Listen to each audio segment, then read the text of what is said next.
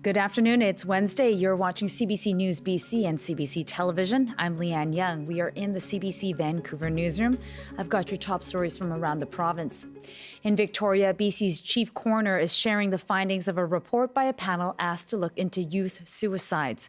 The report says while the recent rate and number of suicides among youth remain relatively unchanged, little progress has been made into why and how to prevent it.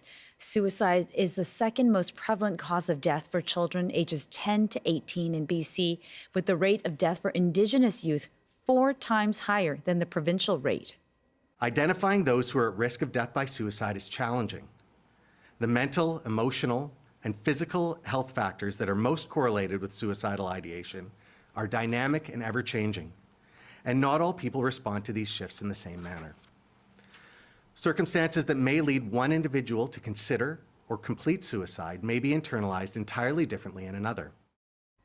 The panel makes 5 recommendations to the province, including more targeted training for health professionals and creating a so-called third spaces for young people to hang out and maintain community connections. And a woman has now been charged in relation to a series of unprovoked assaults and stabbings Friday in and around the Yaletown Seawall area.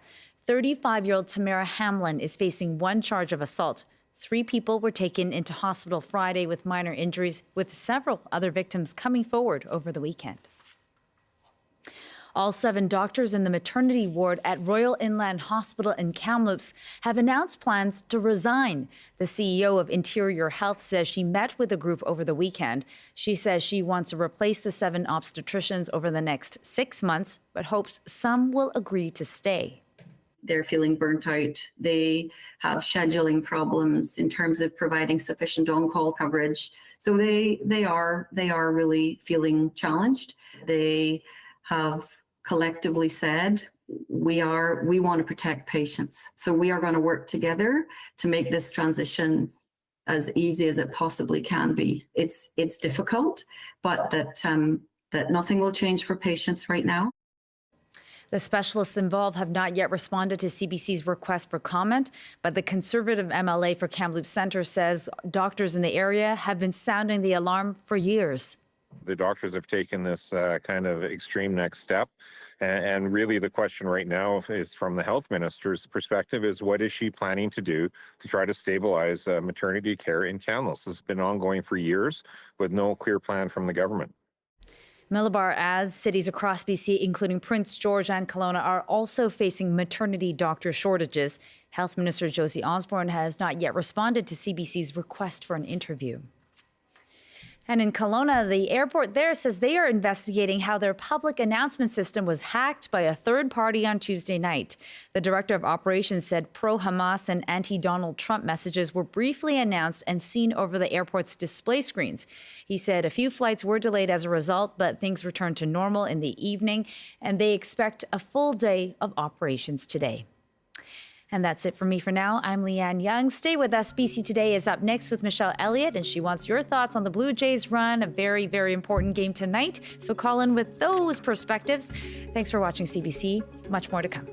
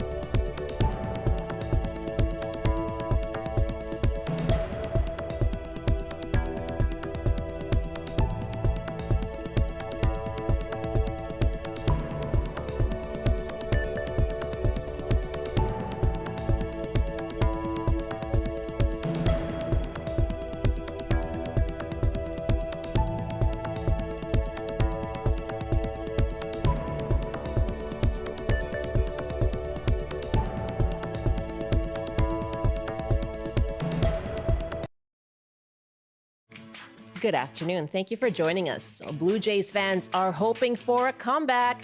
Game 3 of the American League Championship is tonight against the Seattle Mariners. The Blue Jays have lost both games so far in the series. I don't know if you heard. Who are you rooting for? And are you traveling down to Seattle? We'll talk baseball up first. And Instagram is placing stricter limits for teen users. Do you trust they'll work to keep your child safer? What do you think of the idea of banning social media for teens altogether? That's after 12:30. I'm Michelle Elliott. Welcome to BC Today.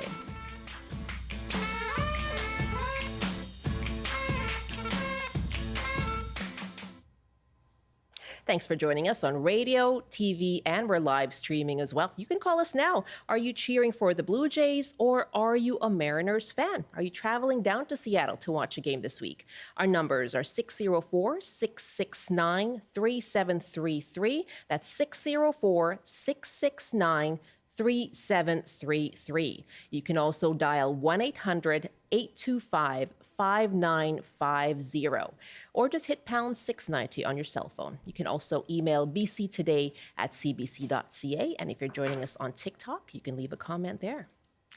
Oh yes, Canadian baseball fans on the edge of their seats today. The Toronto Blue Jays are hoping for a comeback in tonight's Game 3 against the Seattle Mariners in that best-of-7 American League Championship Series. And the series paves the way to the World Series. The Mariners are up, though, 2-0, and so is hope for Toronto still alive? Let's listen to some fans now. The CBC's Gregory Wilson was at the game in Toronto and spoke to some fans after that Monday loss. Game 6, they're going to run around. Let's go! I mean, you can't lose hope, right? It's Toronto, right? There's always hope. He's a sucker. That's the fair. problem. Yeah, we need this. I'm a little nervous, to say the least. Still pretty confident, though. Yeah. We've swept the Mariners before. Well, I thought they were going to do a lot better, but let's see what happens in Seattle. I think we're going to come back. I think they can still come back. I'm not going to give up yet. I can't. You know, the bats, they weren't alive today, but we have to believe. We have to believe. It's been 30 years. It's been before I was born, so I haven't seen it yet in my lifetime, but you still got to believe. Irrepressible hope. You got to hold on to it. Well, there may be more Blue Jays gear appearing around you, although I have seen some Mariners t-shirts around here at CBC as well. People jumping on the bandwagon, of course, but strong Mariners support here in BC as well with the team so close to the border. So let us know. Who are you cheering for? Toronto Blue Jays or the Seattle Mariners? Are you traveling to Seattle to watch a game? You can call us now. Just hit pound 690 on your cell phone or dial 604-669-3733, 1-800-825-5950. Watching your emails to bctoday@cbc.ca and on TikTok. Thanks for joining us on TikTok Live. Okay, we have two fans with us. We've set up a kind of rivalry here, okay? A friendly rivalry on the show this afternoon. My colleague, CBC reporter Chad Pawson is here. He happens to be a big Blue Jays fan. Hello, Chad. Hello, Michelle. And also joining me from just outside Seattle at Mercer Island is Dan Carroll. And he's a lifelong Mariners fan. He's also known around town as the sign guy at Seattle baseball broadcasts. Hello to you, Dan. Hi, Michelle. How you doing? I am very well, and I can see some of the signs behind you now. And you're wearing a Mariners jersey. Yeah, this is the first jersey that I ever bought. It's a 1994. So it's even before the Mariners made the playoffs for the first time. Fantastic. You are certainly repping. Chad, you not so much. You wanted to be professional. I did come into work today as a CBC News reporter, so I don't know if it was appropriate to wear the Blue Jays garb. But, we're starting to see some of that appear in our newsroom. We have been. People do get into it, and some of the hats are coming out. One of our colleagues is actually wearing a Seattle Mariners t-shirt today. Of course, there are Mariners fans in the Lower Mainland for good reason. I'm not a Mariners fan. I grew up in the middle of the country and fell in love with the Jays in the 80s when they came to my hometown, Regina, and played an exhibition game in the field where our football team plays. And I was playing baseball at the time. I just thought it was the most amazing thing I ever saw. These guys hitting home runs out of Taylor Field, which what it was called at the time. And like I said, I was playing baseball and I just got hooked. And of course, I got lucky that I got to see my team win 2 back-to-back World Series when I was in high school. So that was pretty magical. Driving up and down Albert Street in Regina honking my mom's Cutlass Sierra horn over and over again with all the other fans. So I'm learning so much about you, Chad. Yeah, there's some history there, and so I've been with my Jays ever since. But I do respect Dan and his signs and his 1994 jersey, and I'm also married to a person who grew up going to Mariners games down in Kingdom in the day. She grew up in BC and would go to games in Seattle. So yeah, a lot of history for people around baseball. Sure. And so, Chad, okay, I've learned a lot about you, and including when you went to high school. Well, we do sit beside each other in the newsroom, Michelle. But yes. The benefits of that for sure. Dan, why don't I go to you now and ask you to just describe the signs behind you there? And I'll just say, you know, there's some gentle ribbing, maybe not so gentle ribbing of Canadian culture there, but go ahead. You know, I try to have some fun, and I think it's the most fun when the Canadians can be in on the joke. So that's kind of the ethos behind this. But I've been doing these signs, taking aim at Canada for Mariners Blue Jays games since 2016, because I'm sure you all know the Blue Jays fans really travel for that home series in Seattle against Toronto. And I figure either you can go and you can have a bad time because there's so many visiting fans, or you can just stay at home and just let it happen. Or you can kind of take the fight back to them. So I took the third angle, and I've never stopped. So I've got a ton of signs here. I'll just try to hit some of the highlights. Yeah. Some of the viewers at home. I see we get a shout out there, the CBC. Okay. Yes. I'll get there in just a second. But I've got the True North strong and free. Seattle is actually about 4 degrees further north than Toronto is. So I'm recruiting the fans of British Columbia to join me as Mariners fans because they're your local team. You're taking us for our latitude accuracy. Okay. Oh, yeah. I got on the Sportsnet broadcast this year with this sign of I love Canada 362. Asterisk, Daisy here. I guess I had a little foresight on this asterisk that we would be playing each other in the playoffs. When the Canadian fans come up here, I like to do a little divide and conquer. So a little Alberta is just Canadian Texas. That's getting a little spicy. Okay. It's a little spicy, but I get a lot of agreement from people. It's usually pretty fun. I got one in French. I don't know French, but this is supposed to say, this is the sign I made to make fun of you in French, which was a lot of fun. Let me see here. I go all the way back to children's TV. Mr. Rogers was better than Mr. Dressup. Okay. Ouch. That's triggering. Mr. Rogers is better than Mr. Dressup. Oh my gosh. Can I continue to have you on this show? I'm not so sure. That's no disrespect meant to Mr. Dressup, of course, but Mr. Rogers is a saint. And now you're going after the bare naked ladies. Oh my. Yeah, bare naked ladies. I mean, I love bare naked ladies, right? Another postcard even. 1 week, all of that. Bare naked ladies and all dressed chips. Explain yourselves. Like, probably could add ketchup chips and dill pickle chips to that too, but I get requests from my American friends for those all dressed chips. Okay. And now, what do we have? When we have a bunch of Canadian fans in the ballpark, I say, be a pal and take your geese home with you. Let's see. If you're a professional wrestling fan, you might appreciate this one. Shawn Michaels did nothing wrong. I'll just let it go at that. That's a long one to explain if you're not professional wrestling. I happen to get that. Yeah. I take a little aim at Drake with that one. Oh, poor Drake. How can you call it Canada Dry when it's literally? Okay, that's just science.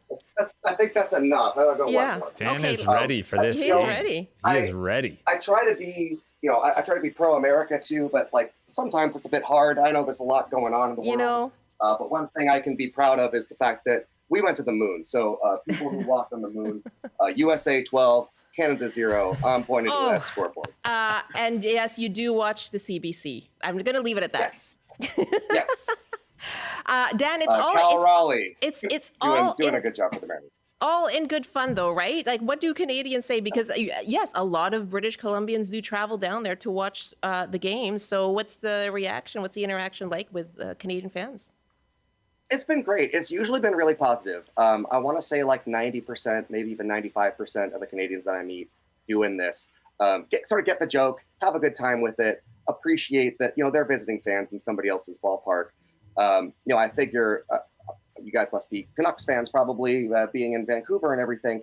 When Toronto comes to town, I'm sure there are a bunch of Maple Leafs fans that show up, and it's kind of annoying to deal with them. So I think fans sort of understand what it is like to be a fan in those sort of situations. Absolutely. And, and comport themselves accordingly. Every once in a while, you get a bad egg. Unfortunately, when it's just 10% that are bad eggs, but you bring down 20,000 people, it's still quite a few people. But it's not too bad. Like, we have a good time. It's very few bad experiences. Good. I'm glad to hear it. Let's keep it all in good fun for this half hour anyway. Let's take a call from Cody in Penticton.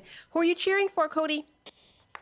I've been a lifelong Mariners fan, so I'm surrounded by Blue Jays fans in the interior. But yeah, I donned my custom Mariners jersey for the first game and shocked my family because they had no clue that I was a Mariners fan. And I said, I usually watch them in the playoffs, which has been, twice in 20 years. Right. So what was that like then? So then you showed your true colors. Yeah. Almost got booed out of the house. Chad, you want to jump in? I mean, it raises, kudos to Mariners fans because it hasn't been an easy go for Mariners fans. They've never been to a World Series. Of course, never won one. And they've had plenty of heartache over the years. Now I'm curious to hear what Dan and Cody have to say about the Mariners, who had great pitching all year, had one great hitter, and now they seem all of a sudden to have all these great hitters. They're slugging it out against teams that are slugging teams, beating them, and the pitching's amazing. So is the confidence running high, or are Mariners fans a little bit like Blue Jays fans, which they'll find a way to snatch defeat from the jaws of victory? Cody, how are you feeling about tonight? I'm feeling good. I've been following, over the past couple of years, I actually think they've been underperforming as a team. So this is just them, I think, raising to the level of talent that was on the team. I mean, got Rodriguez and Raleigh, and they've really developed and come into their own. So I think they're really just peaking as a team right now. And I think Blue Jays fans and analysts kind of underestimated how good they were.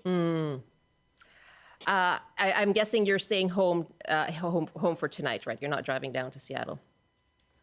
No, I'm not. I am still Canadian to my bones, so I am still doing the unofficial boycott of the United States. Aha, there's that. Okay. Wondering about that too, what impact that was going to have, right? Crossing the border. Cody, thank you so much for your call. Enjoy the game tonight.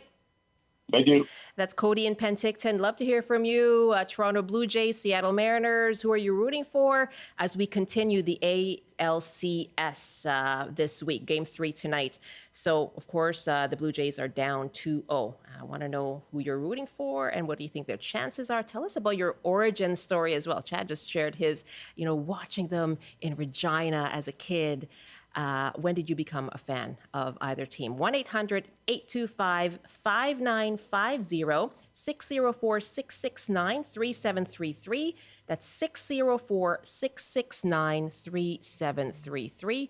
And you can also just hit pound 690 on your cell phone. And our email, bctoday@cbc.ca. And we're watching your comments on TikTok as well, @CBC British Columbia. My guests, my colleague here, my desk mate, actually, Chad Pawson, CBC reporter, lifelong Toronto Blue Jays fan, and Dan Carroll, who is a lifelong Mariners fan, also known as the sign guy. And if you've been joining us since the top of the show, you'll know why. The sign guy at Seattle baseball broadcast. What do you think of what's been helping the Mariners out in this series? Dan? What's been going on for us in Seattle recently is you've had such great play, especially from Jorge Polanco. He's the second baseman primarily. They picked him up a couple years ago out of Minnesota. He last played for the Twins. He had a disappointing 2024, but he got really hot to start the year this year, cooled off in the middle of the season, and September and since, he's been on fire. He had 2 home runs in the division series against Tarek Skubal of the Detroit Tigers, who's widely considered to be the best pitcher in baseball these days. He had a critical hit in Game 1 of the ALCS, which I think put the Mariners up 2-1 in that game. He's been on fire. So, sorry, I forget the name of the caller already who was just on. Cody. Cody in Penticton. Cody, yes. Yeah. Yes, Cody. I think Cody is right that a lot of folks have really stood by the reputation of the Mariners as a strong pitching team with maybe not the greatest offense. But this year, they've really had a great offense for much of the year. And the pitching hasn't quite been there. But they've gotten healthy as the season has gone on. Brian Wu, Mariners All-Star starting pitcher, is back on the team for the championship series. He missed the division series with a pec muscle strain. He'll probably show up before this thing is through. They've been really pitching the ball very well. They've been reaching those expectations, especially with Cal Raleigh behind the plate, knowing what to call, how to decide how to attack these hitters. And I think that's been critical. What do you think, though, Dan, about having to play this 15-inning game against the Detroit Tigers to get into the series with the Jays? And it seems like they're riding a high. They're playing well. The pitchers are pitching so well. The hitting's continued. But in your history with the team, is there any worry at all that they're just maybe going to run out of gas here when you think of some of their pitchers and how much they've pitched and high stress and high pitch counts?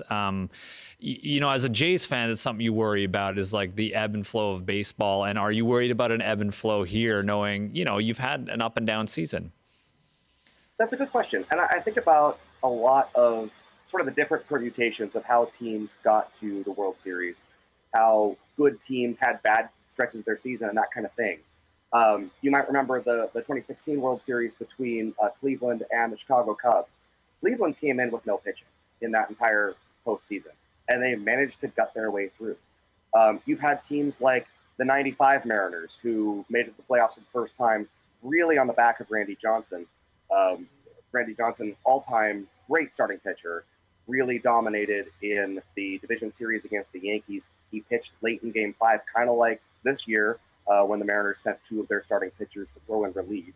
And then he pitched well in the ALCS against Cleveland, but he started to get a reputation for not being that kind of postseason guy until he showed up back in 2001 with the Arizona Diamondbacks, and they swept through everything and won the World Series that year. So it kind of comes and goes, and I don't really know what to make of it. Baseball is such a random sport sometimes. That, random, but there's also precedent. Jays, Let me just jump in one moment because I want to get Chad in here on the Blue Jays. If you think about historical precedent, like the odds are not in their favor. You know, what do you think? Yeah, they need to do? I mean, for the casual fan, like they should not need to understand that baseball is all about numbers. That's like what attracts certain fans to baseball because they play so much and it's all about the numbers, and the numbers don't look good at all for the Jays. Like predominantly teams that are in their position don't win series. They're down 2 games. You know, there's a big stat for who wins game 1 of this type of series. So the Jays are up against it. But just to what Dan's saying, that like baseball is a fickle sport where it's all about having momentum, and the momentum then all of a sudden could end all of a sudden. So even though Seattle's playing great, you heard those fans off the top of the program saying, we still believe, we still could come back, we could go to Seattle. Like the Jays could go to Seattle. What they need to do is win 2 or 3 of those games. That's totally doable. All season long, baseball teams play 3-game series. You try to win the series by winning 2 games out of 3, then they get to go back to Toronto and they could win 2 more. So it's not over. And the stats are against Blue Jays, but this is where the sports fans come in. Maybe we have some more on the line who want to talk to it. But the magic of believing in your team and maybe seeing something truly magical happening with the Jays coming back, or for the Mariners, to give them credit, something magical where they get to go to a World Series. Well, which there's would that be huge. as well. There's that. I mean, certainly if you're thinking about empathy for and rooting for a team, each one has something that's going to grab you, right? Randy is our next fan on the line in Vernon. Hi, Randy. Hi, how are you? I am well. I thank you for pulling over to give us a call. And who are you rooting for? Well, you know, it sounds strange to say this because I've been a Jays fan for as long as there's been a Blue Jays team. But this year, I'm saying I got to watch 2 unbelievable champagne celebrations. I got to watch Vladdy proclaim himself New York's daddy. I got to watch him sing "The Yankees Lose." I got to watch Snyder go on a profanity-laced whatever that was after the Yankees win. And I'm a firm believer in baseball gods and sports gods. And I think there's still some maturing that has to happen with Guerrero for sure. And I'm pulling hard for the Mariners right now. Okay. Wow. Wow. And do you have any traditions? Like when you watch a game, do you have anything that if you're pulling for the Mariners, something that you do as a kind of ritual? Well, normally my rituals are if I'm really pulling for a team, I'll turn off the TV and go do something else. Because normally if I pull hard, I end up on the losing end of that scenario. So it's funny. It's hockey and baseball. So lots of times if I'm not watching, they seem to do better. So no, really, other than that, I don't really have any rituals or anything. I'm a baseball fan. Randy, and I'm a baseball playoff fan. So okay, well, enjoy the game tonight whenever you do watch it. That's Randy and Vernon. Thanks so much for the call. Manjeet in Surrey, are you a Jays fan? Hi, yes, Manjeet. I'm a Jays fan. Yeah, been watching it for many years. Yeah, so are you still hopeful? Yes, very hopeful. I'm glad, Manjeet. Thank you very much for the call. Someone here. Yes, I'm taking a shit right now, so. Oh I my! hope they win. Thanks so much for the call. Good to have you. Steve writes from Campbell River. Toronto Blue Jays, Canada's team, not one Canadian-born player on the Blue Jays roster, Vladimir Guerrero. The Mariners have 2 Canadian-born players on their roster, right? Dan Matt Brash and Joss Naylor. Being born and raised in Vancouver, I've never cheered for any Toronto-based sports franchise. Go Mariners. I know it's a tough one, but there are so many connections. I'm sure Dan can jump in here about like Canadian players, like John Schneider, the manager of the Blue Jays. He managed the Vancouver Canadians in 2010. He was their youngest manager ever. So there are all these connections of these players coming and going, playing for the Canadians in Vancouver or playing within a system that goes between the two countries. I'm sure Dan could probably add like some historical Mariners that were Canadian players. Let me just pause here because I know our TV audience is going to go to an ad break, and we'll see you back here in 2 minutes from now. Dan, any last words? Okay, why don't you try and convince any Blue Jays fans here in Vancouver to hop on the Mariners bandwagon? Yeah, and baseball fans of Vancouver, you've got the radio that you can connect to. I know all the TV shows up through Rogers. It's all on Sportsnet now, but you've still got a great Seattle Mariners broadcast on the radio. If you turn into that, I think you'll be very surprised. You'll be very pleased with what you hear. So go Mariners. Such a pleasure to have you both. Thank you very much. And thanks for treating us to your signs there, Dan. Good luck, Dan. Well, enjoy the ride. Love you guys. Peace out, guys. Have a great time tonight, okay? Thanks so much, Dan. And Chad, I'll see you back in the newsroom. Thanks, Michelle. That's Chad Pawson, my colleague, CBC reporter, lifelong Toronto Blue Jays fan, and Dan Carroll, a lifelong Mariners fan, also known as the sign guy at Seattle Baseball Broadcasts. We have some emails here too. Aaron writes, hey, rooting for the Blue Jays all the way. Wishing them very good luck. Thank you very much, Aaron. bctoday@cbc.ca is our email address. Mark wrote on TikTok, let's go Blue Jays. And Gecko writes, this guy is gold. I'm going to guess he's talking about Dan and his signs. Just a wild guess there. And Brock writes as well, I'm a Mariners fan, but primarily a baseball fan. I strongly believe people should choose to root for whichever MLB team they like. And there is a lot of historical precedence for Canadians in Windsor being Detroit Tigers fans, Manitobans being Minnesota Twins fans, and BC baseball fans, of course, supporting the Mariners. Hey, the Blue Jays are not Canada's team. Ironically, there are more Canadian players on the Mariners. Thank you for that, Brock. Brock writes, Mariner fan since 1995. Thank you. Enjoy the game. Starts at 5 p.m. Pacific tonight. Really enjoyed all of your comments there. And again, tonight, 5 o'clock, the Game 3 in that American League Championship Series, Toronto Blue Jays against the Seattle Mariners. This is BC Today. It's 12:30 now. I'm Michelle Elliott. Thanks very much for being with us. You can keep sending your emails to bctoday@cbc.ca. And coming up in our next half hour, we're going to talk about social media. And Instagram actually has new restrictions that they're putting in place for teen users. And we're going to talk about what those are and ask you, do you trust that they will help make things safer for your teen? Want to know about how your teen uses social media as well. We'll be joined by a tech journalist coming up in our next half hour. And that comes your way after this CBC News Update.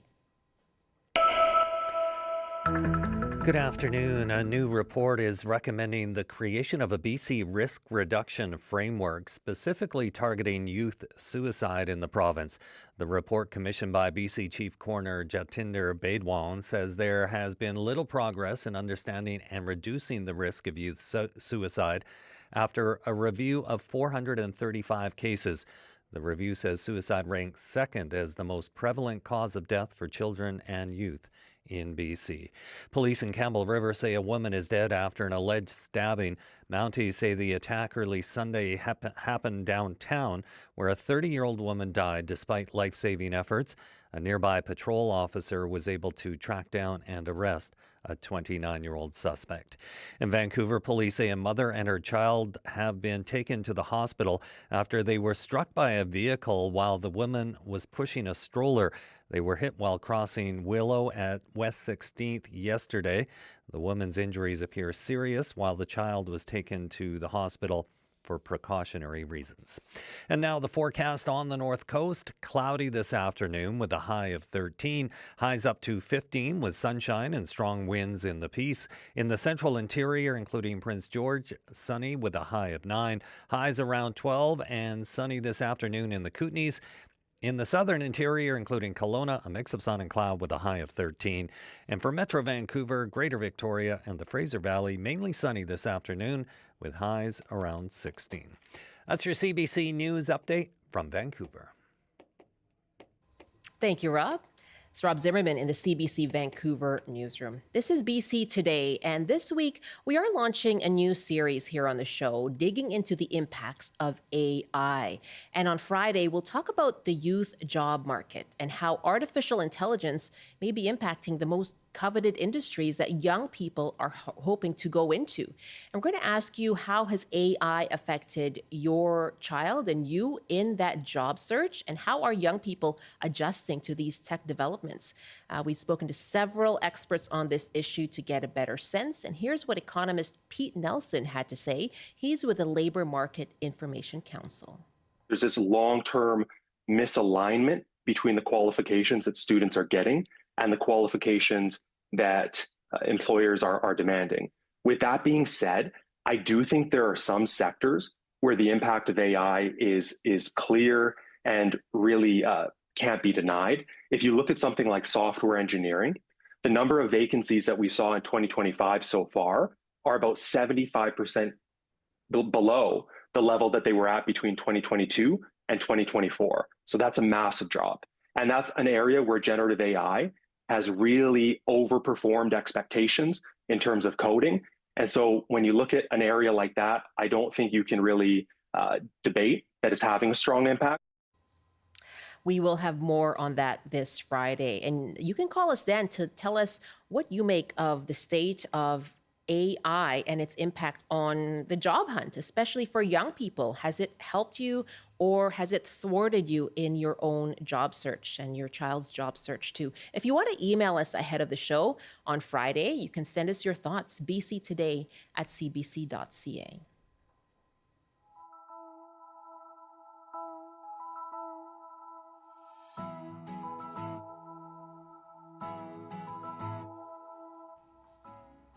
It's 12:34 now. Thanks for joining us here on BC Today. I'm Michelle Elliott.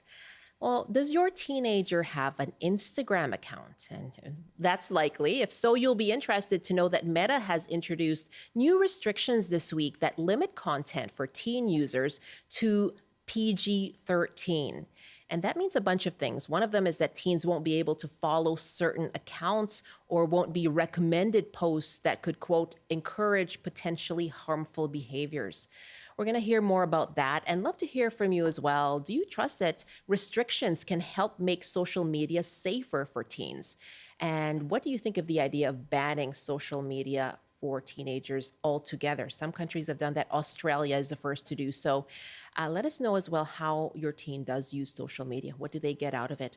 Our number is 604-669-3733. That's 604-669-3733, or dial 1-800-825-5950. You can also just hit pound 690 on your cell phone. You can also email bctoday@cbc.ca. My guest for this half hour is Carmi Levy, a technology analyst and journalist. Now, he believes Instagram's new measures are too little, too late. Hi, Carmi. Thanks for joining us.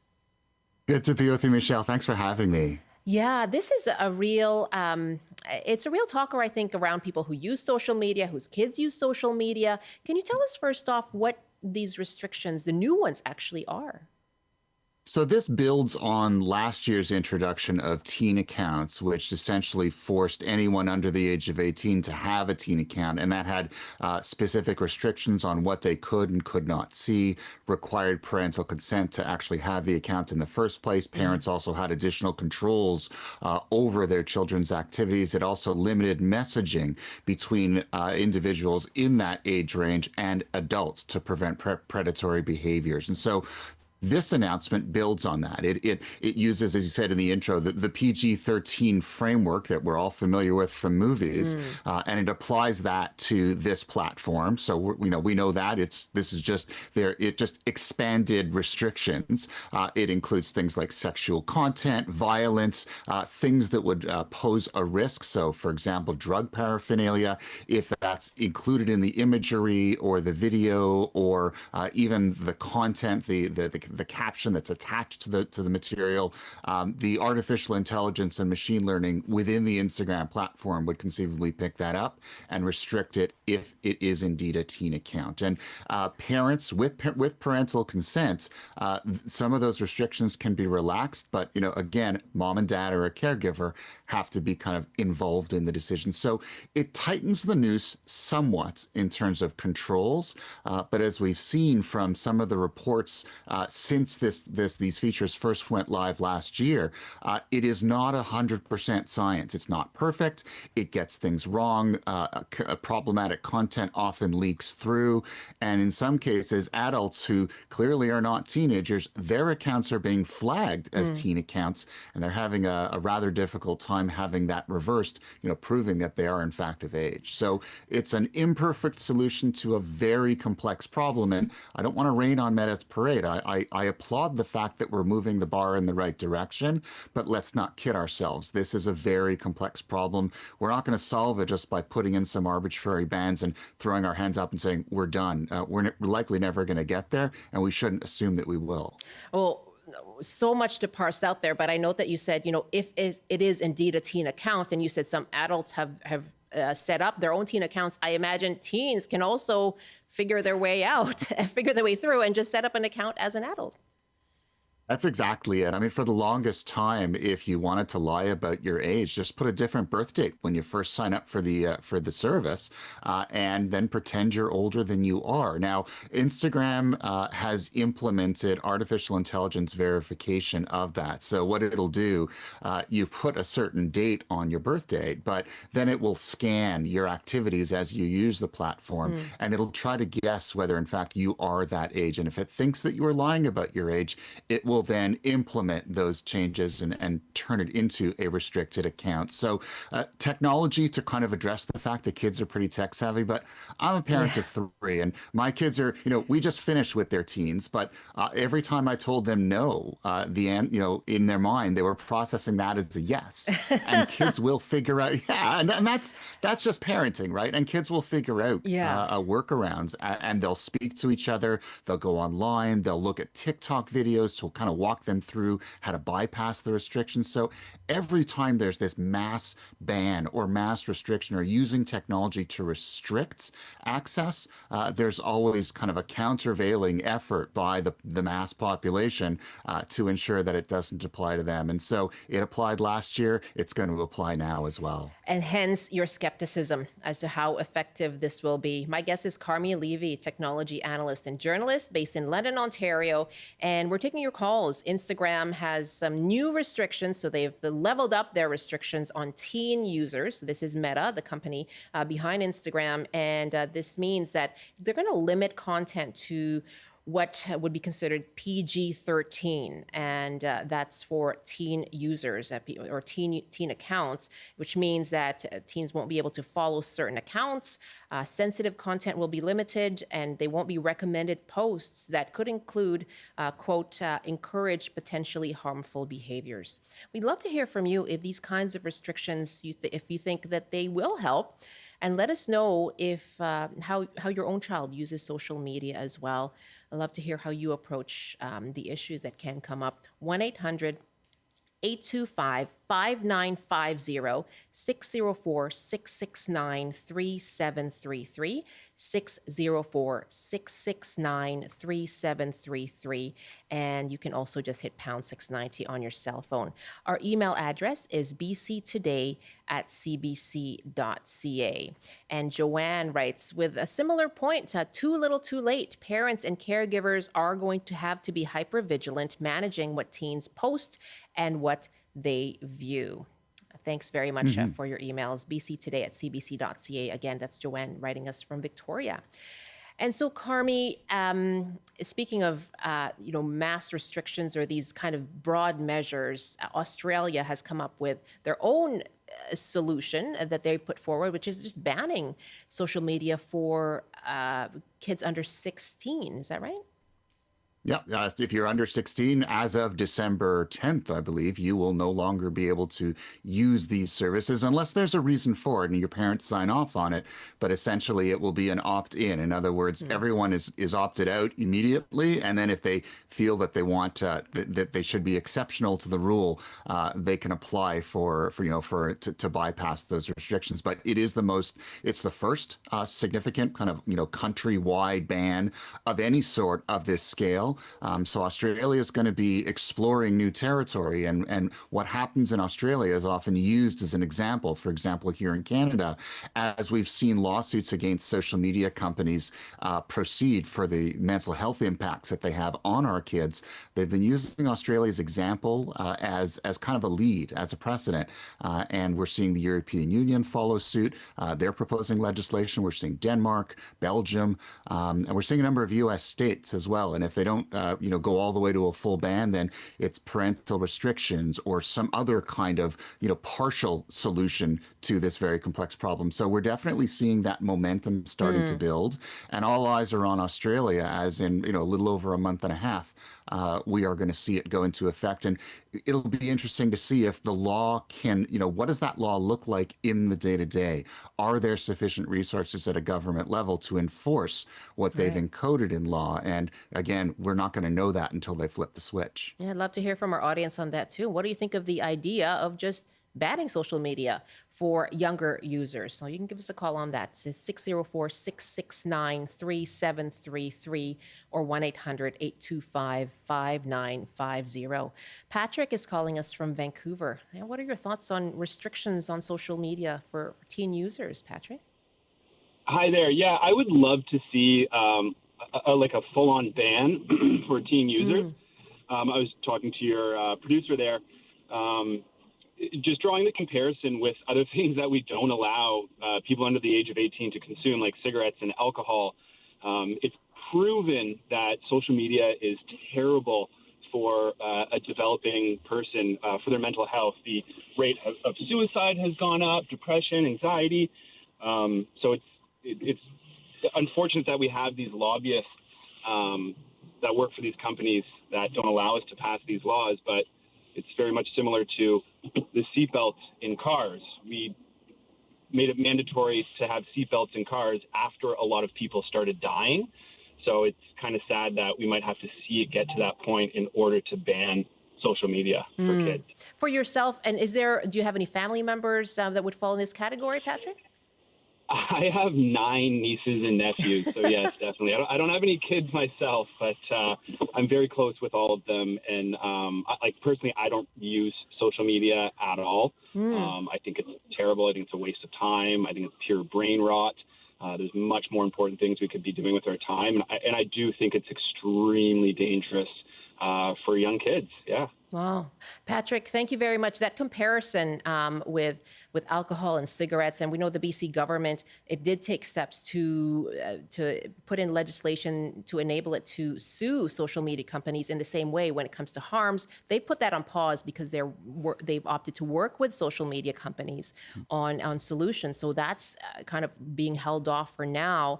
But Carmi, when I hear that, I wonder too, you know, my son is on social media.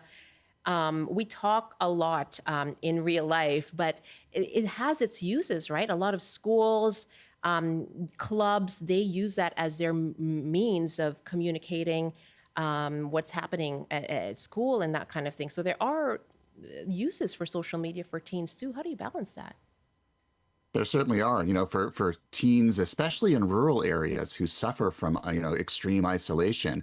And, you know, in many cases, social media platforms are to a certain degree a lifeline for them. And so I agree that, you know, with Patrick, that labeling these platforms in the same way that we have labeled, say, cigarettes and the way we have restricted their access to certain age groups makes a lot of sense. But it's very different, you know, to not be able to buy something in a store versus an app or a service that you can access from just about any smartphone or electronic device. It's much more difficult to regulate and to keep that out of the hands of kids. And I think, you know, and I think the answer, and I think, Patrick also touched on it, and you did as well, in that we communicate with our kids. And so, you know, if we ban the app, we never have an opportunity to teach them how to build those important skills that they're going to need when they get to the age when the ban is over. So if you ban it under the age of 16, they get to the age of 16 and then they haven't used the apps at all. So how do you gradually kind of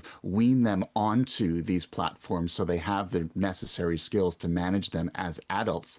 And then also recognizing that you can ban anything you want, but the internet is not something that you can really turn off. And so even if you ban access to the major platforms, the Facebooks and the Snapchats and the Instagrams, you'll simply succeed in pushing these kids off of these platforms onto something else online that may be even more difficult to control. So, the genie is already out of the bottle here, and there's no way that we're going to be putting it back in, much as we want to. I wish we could roll back the clock, but we can't. And I think we have to kind of recognize that a ban is only one tool of many that we should be using to ensure that our kids, kind of build the balanced capability with these tools as they get older. Love to hear some tips from you on that as we go along this conversation. Patrick, thank you so much for the call. 9 nieces and nephews. That's amazing. Busy family parties, I'm sure. Taking your calls on social media for teens. Instagram has put in new restrictions that would mean limiting content for teen users to what would be considered PG-13. Asking you if that might help to make things safer. What's your own approach in your family? And as well, what are your thoughts on actually just banning social media for young users too? Australia is taking that step next month. 1-800-825-5950, 604-669-3733. And Randy is calling us now too from Vancouver. Hi, Randy, you have a daughter. Hi, Michelle. Yes, I have a daughter. My wife and I have a daughter. High school age. I am very skeptical of this ban, and I sort of agree with your guest. What's the enforcement plan? How do we enforce it? I see a sort of bitter irony that your news item previously, before your segment, talked about our provincial chief coroner calling out our government that they need to action a 5-year-old plan for youth suicide. Yet we're, dithering about social media. Our family plan is we know exactly where our child is on social media. We have all the passwords to the phones and computers. We're sort of the household administrators, and we don't spend all our living hours monitoring, but she knows we'll take a look anytime. If there are friends, we need to know the first and last name of the friends, where they live. I was shocked just this morning looking at a sports scheduling app, I don't want to mention the name, that a lot of children use in Canada, and they had betting sites being advertised on the app. And in a tiny little logo, it said, you have to be over 19 to view this. Oh my goodness. Yeah, I just think the whole, and that's just a small example, it's tragic, and I can't speak to it, but there are numerous families in Canada that have been very high profile when their children have committed suicide through predatory actions in social media. And I just think, Mr. Eby, if he's listening, to have a mental health plan for kids, for youth in Canada, have a federal mental health plan, because suicides are going off the chart with these kids. Randy, wow. Well, thank you very much for your call. And Randy was referring to news today. You might have heard in our noon news as well. Yes, BC Coroners, the BC Coroners panel report calling for action to reduce the risk of youth suicide, making 5 recommendations there and tying that issue. And we have heard about the mental health impacts of social media use. Also, I really appreciate what you talked about with regard to how you approach social media with your daughter as well. So thanks so much for the call, Randy. Jay is up next now in Surrey. What are your thoughts on restrictions or just all out banning social media for teens, Jay?